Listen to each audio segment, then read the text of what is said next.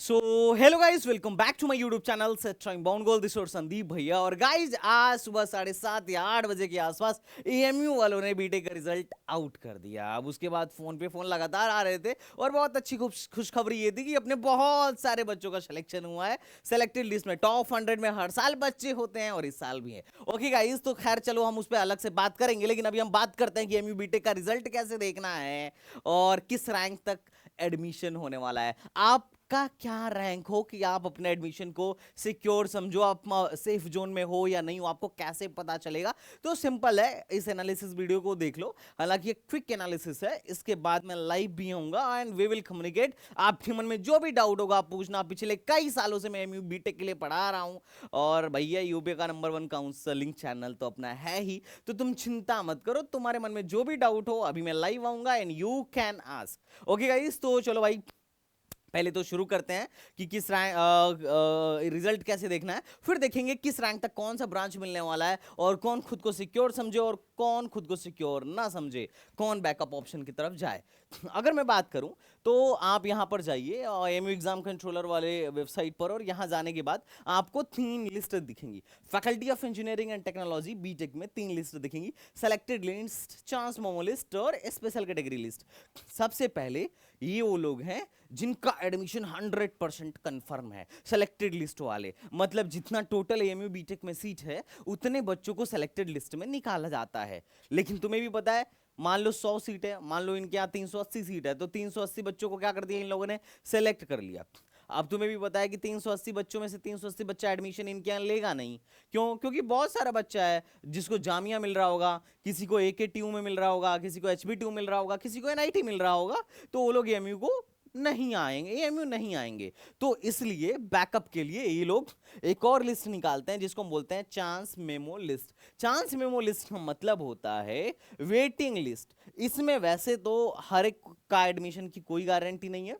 जैसे जैसे selected list वाले बच्चे सीट छोड़ते जाएंगे, वेटिंग लिस्ट वालों को ये लोग बुलाते जाएंगे और एडमिशन देते जाएंगे। पहले प्रक्रिया कैसे होती थी? ऑफलाइन होती थी, लेकिन अब यह प्रक्रिया टोटली ऑनलाइन हो रही है। अब ये अच्छी बात है। अच्छा, जब ऑफलाइन होती थी तो एडमिशन का चांस थोड़ा ज्यादा रहता था। क्यों? क्योंकि सिर्फ वहीं वहां जाता था एडमिशन लेने जिसको एडमिशन एक्चुअली में चाहिए था।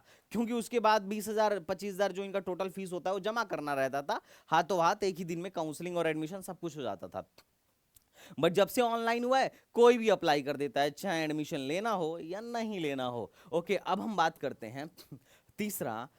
एक और लिस्ट आती है, उसको बोलते हैं special category list. Special category list में क्या होता है? जितने स्पेशल कैटेगरी के बच्चे हैं, जैसे child of alumni, child of जैसे child of alumni, child of employee, उसके बाद तुम्हारा बीसी कैटेगरी, एससी कैटेगरी, ये जितने भी स्पेशल कैटेगरी के बच्चे हैं वो स्पेशल कैटेगरी में आते हैं। अब स्पेशल कैटेगरी में रिजल्ट देखने का 2 तरीका है। या तो आपके नाम के पीछे डॉलर बना हो, या तो आपके नाम के पीछे क्या बनाओ बेटा, या तो आपके नाम के पीछे डॉलर बनाओ, या फिर आपके नाम के पीछे हैशटैग बनाओ।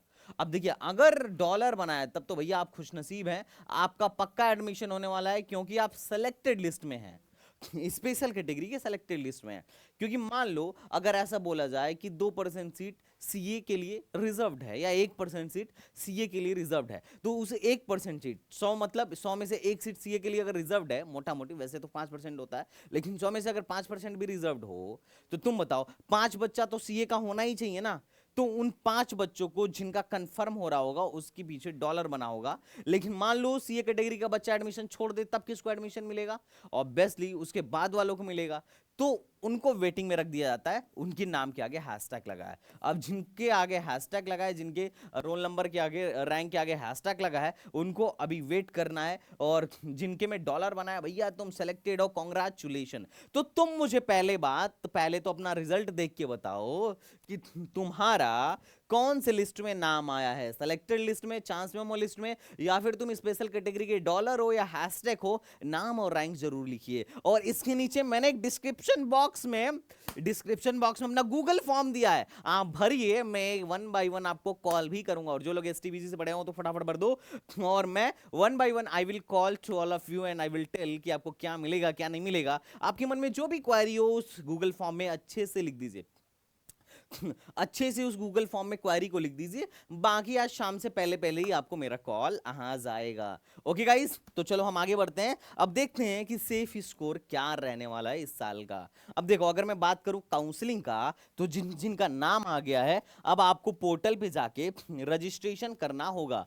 पोर्टल पे जाके रजिस्ट्रेशन करना होगा, लेकिन वो अभी नहीं करना है। Date of counselling and admission as per schedule will be notified separately. ये अलग से आपको बताया जाएगा। जब बताया जाएगा तो मैं आपको यहां पे बताऊंगा कैसे आपको काउंसलिंग करानी है, कैसे चॉइस फिलिंग करनी है, and I will explain you each and every point. जब तक तुम्हारे संदीप भैया है तब तक तुम टेंशन मत लो, एडमिशन होके रहेगा। अगर तुम्हारा सिर्फ नाम भी आ गया चांस मेमो में, तो भी होप रखना, संदीप भैया is here only for you, don't worry guys. तो कैसे क्या होगा आगे का उसकी चिंता मत करो, पहले ये देखो तुम्हारा नाम आया है एएमयू में या नहीं आया है। अगर आ गया तो कॉन्ग्रेचुलेशन, नहीं आया है तो यार अब क्या ही कर सकते हैं, बट फिर भी होप रखो।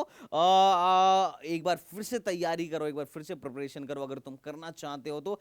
Best of luck. और बाकी हमारा नया बैच भी शुरू होने वाला है। ओके गाइस, तो चलो पहले हम देखते हैं कि इनका लगभग लगभग कट ऑफ क्या रहने वाला है। वैसे तो although it's not official cut off, but फिर भी समस्या बात यह है कि पिछले कई सालों से मैं पढ़ा रहा हूं, और हर साल टॉप 100 में रैंक हम लोग देते ही देते हैं। एएमयू में जाओगे तो मोस्टली बच्चे अपने को जानते हैं, फर्स्ट ईयर में तो एक बार पूछ भी लोगे तो बहुत सारे हाथ खड़े हो जाएंगे। अब जब हमारे बच्चे या फिर दूसरे बच्चे भी जब एडमिशन लेते हैं तो हम लोग उनसे बात करते हैं, आई कम्युनिकेट विद देम, और उससे पता चलता है कि किसकी रैंक क्या थी, कौन सिलेक्टेड में था, कौन चांस मेमो में था, और कौन स्पेशल कैटेगरी का था, और उसको क्या मिला है। तो अभी मैं वैसे तो जनरल का कट ऑफ बता रहा हूं, जनरल का कट ऑफ बता रहा हूं, इसमें मैं किसी कैटेगरी स्पेशल कैटेगरी को इंक्लूड नहीं कर रहा हूं। लेकिन अभी मैं थोड़ी देर बाद लाइव आऊंगा, तो स्पेशल कैटेगरी वाले भी आ सकते हैं and they can communicate with me, तो आप लोग आके पूछ सकते हो। अब मैं कट ऑफ की बात करता हूं। जैसे पिछली बार हमारी एक स्टूडेंट थी, उसकी 97 रैंक थी। अब मुझे लगा था कि उसको सीएससी पक्का मिलेगा, मैंने बोल रखा था कि बेटा पक्का सीएससी मिलेगा, लेकिन लोचा हो गया। लोचा ये हो गया कि ये काउंसलिंग होती है एकेटीयू करके। अब देखो, एएमयू की काउंसलिंग का कुछ कुछ काउंसलिंग्स पे बड़ा लंबा इफेक्ट पड़ता है। पहला जामिया मिलिया इस्लामिया, जामिया की काउंसलिंग पहले हो रही है या बाद में, इसका सीधा इफेक्ट एएमयू के काउंसलिंग पे पड़ेगा। एकेटीयू की काउंसलिंग पहले हो रही है बाद में, इसका भी सीधा इफेक्ट एएमयू की काउंसलिंग पे पड़ेगा। और सबसे ज्यादा बच्चे एकेटीयू में अप्लाई करते हैं, हालांकि थोड़ा बहुत इफेक्ट जोसा का भी पड़ता है। हुआ क्या, पिछली बार एकेटीयू पे चल रहा था केस। अब केस की वजह से एकेटीयू की काउंसलिंग हो गई डिले, और डिले हो गई, वो पहुंच गई अगस्त के लास्ट में सितंबर तक। अब जैसे ही अगस्त सितंबर में काउंसलिंग पहुंची, तब तक ऑलमोस्ट सबकी काउंसलिंग खत्म हो चुकी थी, एएमयू भी फिनिश हो चुका था।